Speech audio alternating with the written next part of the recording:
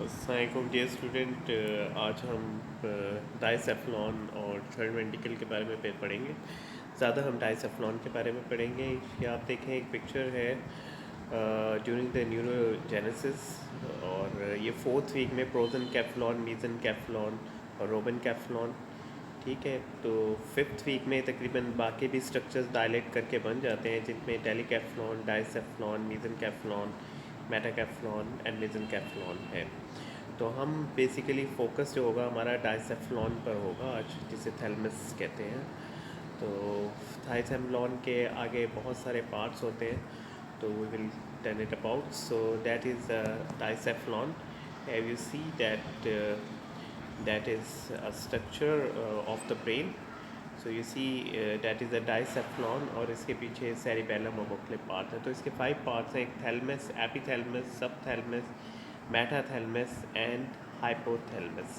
ठीक है, तो these are the 5 parts of the dicephalon. Basically dicephalon is located between the telecephalon and mesencephalon. Mesencephalon is the mid brain. ठीक है, तो ये मिड ब्रेन और इसके दरमियान में ही होता है। अच्छा, ये अब जब हम एक स्ट्रक्चर उतार दें, तो ऊपर से अगर हम इसे रिमूव करें, ग्रे मैटर और वाइट मैटर, तो ये हमारे पास ये सारे का सारा एक स्ट्रक्चर आ जाएगा। तो ये सेरिबेलम है और ये 4th वेंट्रिकल है। ठीक है, तो that is a 4th ventricle and that is a cerebellum, that is a cerebellum, and that is the aqueduct, okay. So that is the third ventricle. So fourth ventricle, और इससे ऊपर आपको पता है लेटरल वेंट्रिकल होते हैं। तो इससे जो सबसे जो ऊपर स्ट्रक्चर पड़ा हुआ है इसमें, तो that is a thalamus, that is two thalamus, the two thalamus bilaterally। ठीक है, तो ये दोनों थैलेमस हो गए। तो थैलेमस इंटीरियरली बेसिकली बड़े हुए होते हैं। ठीक है, तो इसके पीछे ही जो पॉइंट प्रोजेक्शन होता है, तो उससे पाइनियल बॉडी कहते हैं। तो पाइनियल बॉडी होती है, और जो पाइनियल बॉडी के साथ ही हैप्लूला होता है। तो थैलेमस और पाइनियल बॉडी के दरमियान वाले हिस्से को एपिथैलेमस कहते हैं। ठीक है, तो एपिथैलेमस, तो pineal body basically it is use for making over glands.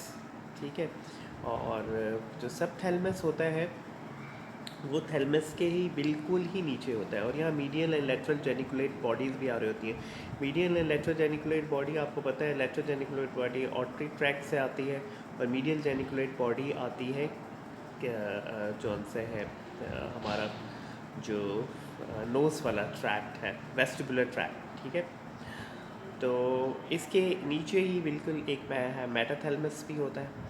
तो metathalamus is also contain the 2 memory bodies.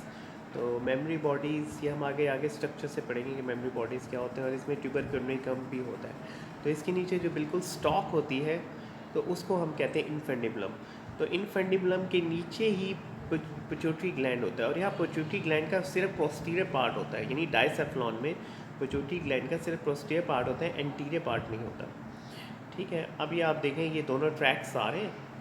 सी देर ये बोथ ट्रैक्स, ये बहुत ऑप्टिक ट्रैक हैं, और एक जो से वेस्टिबुलर ट्रैक है जो मीडियल और लेटरल जेनिकुलेट बॉडी में जाके जो साइनेप्सिस करते हैं, और इसके दरमियान वाले हिस्से को ये ऑप्टिक क्याज़्मा कहलाता है।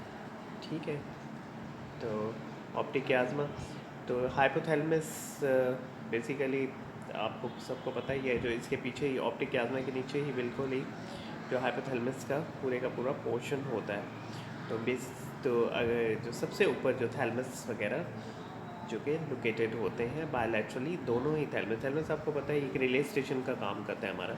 अगर ये थैलेमस को हम क्रॉस सेक्शन करें ऊपर से, तो क्रॉस सेक्शन करें, और बुक्स में ज़्यादातर तस्वीरें इसी तरह ही हैं, तो ये आपको परेशान होने की ज़रूरत नहीं है। If you cross section it, तो सबसे ऊपर ये थैलेमस ही आता है।